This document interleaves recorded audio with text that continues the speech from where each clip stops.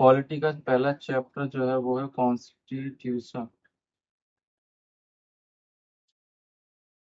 Constitution SSC का एक बहुत ज़्यादा इम्पोर्टेंट चैप्टर है, जो कि चाहे आप सीएचएसएल की तैयारी कर रहे हैं, चाहे सीजीएल की तैयारी कर रहे हो, चाहे किसी भी चीज़ की, कॉन्स्टिट्यूशन जो है वो पहला चैप्टर है। आज हम वो पढ़ने वाले हैं।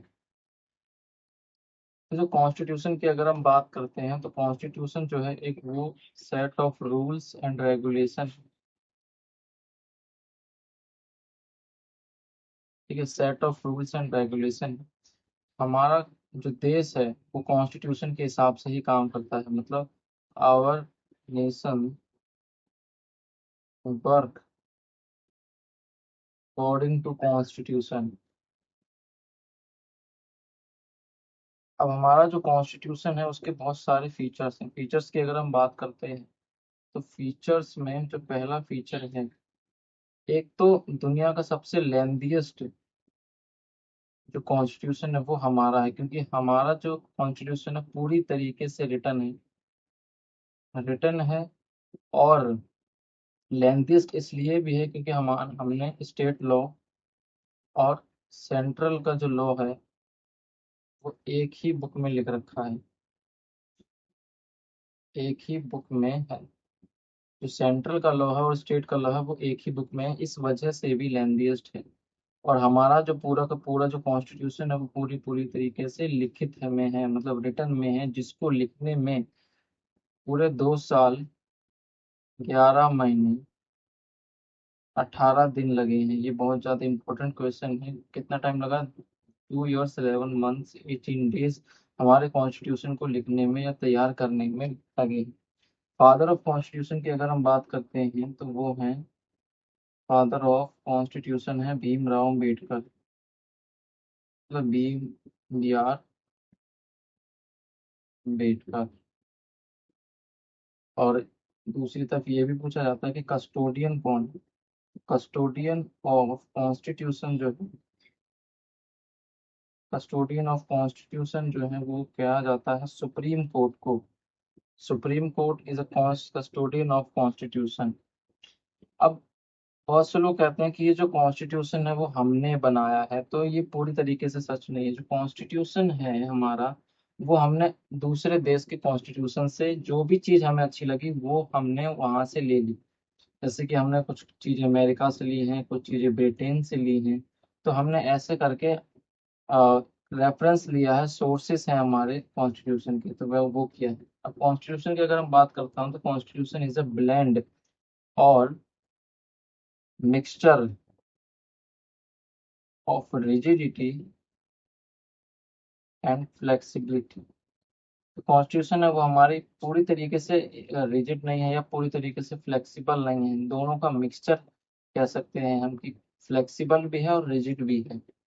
इंडिया में अगर हम बात करें अकॉर्डिंग टू कॉन्स्टिट्यूशन, इंडिया में हम सिंगल सिटीजनशिप फॉलो करते हैं, सिंगल सिटीजनशिप फॉलो करते हैं, जो कि ये वाला जो कॉन्सेप्ट है, ये वाला जो कॉन्सेप्ट है या ये वाला जो जो भी लॉ कह सकते हैं, कोई भी चीज है, ये हमने ब्रिटेन से लिया है। याद रखना कि ये चीज जो है हमने ब्रिटेन से ली है। अब मैंने कहा ना कि जो हमारा कॉन्स्टिट्यूशन है वो हमने अलग अलग देशों से लिया है, तो ये चीज जो है सिंगल सिटीजन वाली एकल नागरिकता जिसे हम हिंदी में कहते हैं, वो हमने ब्रिटेन से लिया है।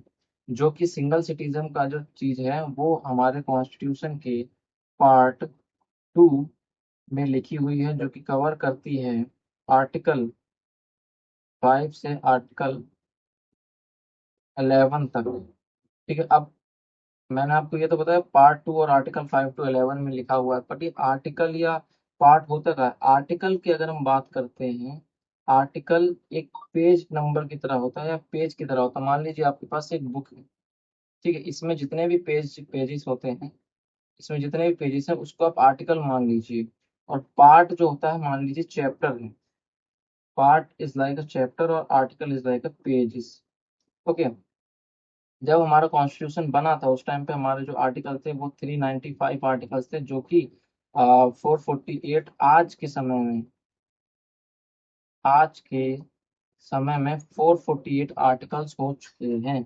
और अगर पार्ट्स की बात करें तो पार्ट्स हमारे पास 22 पार्ट्स थे जब हमारा कॉन्स्टिट्यूशन बना था। आज के समय में हमारे पास 25 पार्ट्स हो चुके हैं, मान लीजिए 25 चैप्टर्स हो चुके हैं, 448 पेजेस हो चुके हैं 395 से बढ़कर। अब कॉन्स्टिट्यूशन में एक चीज आती है पार्लियामेंट। पार्लियामेंट भी एक चीज है। तो पार्लियामेंट में आपने सुना होगा कि पार्लियामेंट के 3 पिलर्स, पहला है प्रेसिडेंट, दूसरा है लोकसभा, तीसरा हम कह सकते हैं राज्यसभा। ओके, राज्यसभा, लोकसभा और प्रेसिडेंट। राज्यसभा जो होता है हमारा, राज्यसभा को हम अपर हाउस भी कहते हैं, और लोकसभा को हम लोअर हाउस कह सकते हैं। अब इनके एक इंग्लिश में भी नाम है जो कि होता है हमारे पास, लोकसभा को हम कहते हैं हाउस ऑफ पीपल, और राज्यसभा को हम कहते हैं इंग्लिश में is a council of state. अब ये जो नाम पड़े हैं ना इनके, जो इनके नाम पड़े हैं नए, हाउस ऑफ पीपल जो कि लोकसभा का है, हाउस ऑफ स्टेट का, सॉरी काउंसिल ऑफ स्टेट जो कि राज्यसभा का, ये जो नाम है वो नाम आए हैं 1954 में। ये याद रखना आपको, 1954 में हिंदी के नाम को इंग्लिश में बदला गया है। प्रेसिडेंट क्या होते हैं? President is integral part of our constitution है, आवर नेशन। इंटीग्रल पार्ट है प्रेसिडेंट हमारे। पार्लियामेंट में 2 हाउस होते हैं, सबको पता है। इंडिया में we have parliamentary form of government.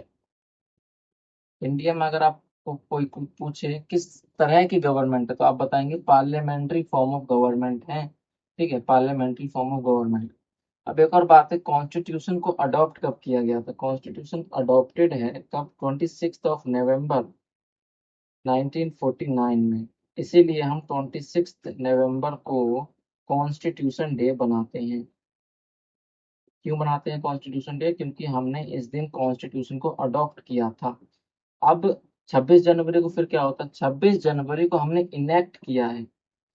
मतलब कि मान लीजिए आपने कोई चीज सोची कि मैं ये बिजनेस करूंगा, मैं यहाँ ये करूंगा, मैं वो करूंगा, पर आपने उसको लागू कब किया? आपने उसको चालू कब किया? तो वही सोचा, अडॉप्ट किया, इनेक्ट किया।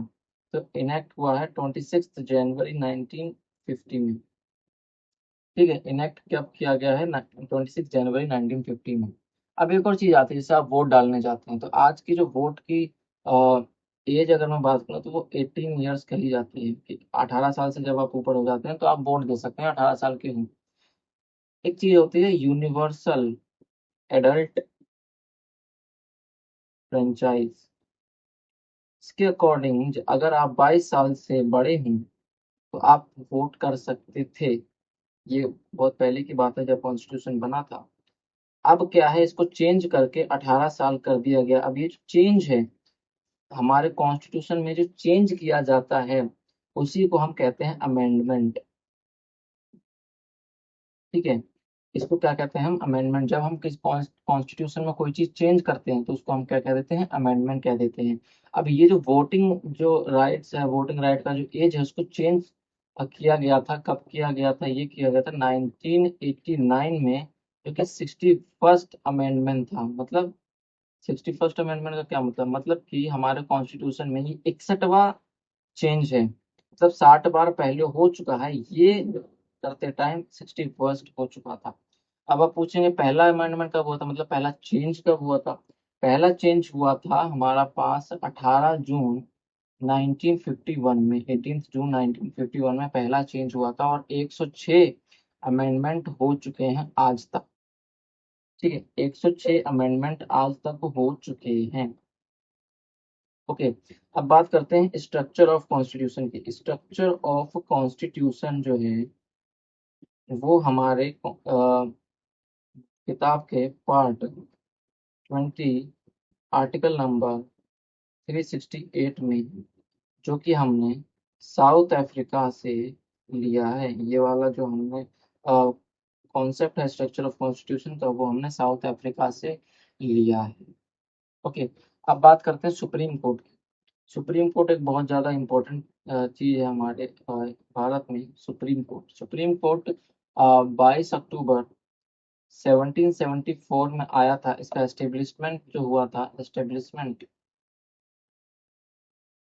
22 अक्टूबर 1774 में किया गया था। 22 October 1774 according to regulating act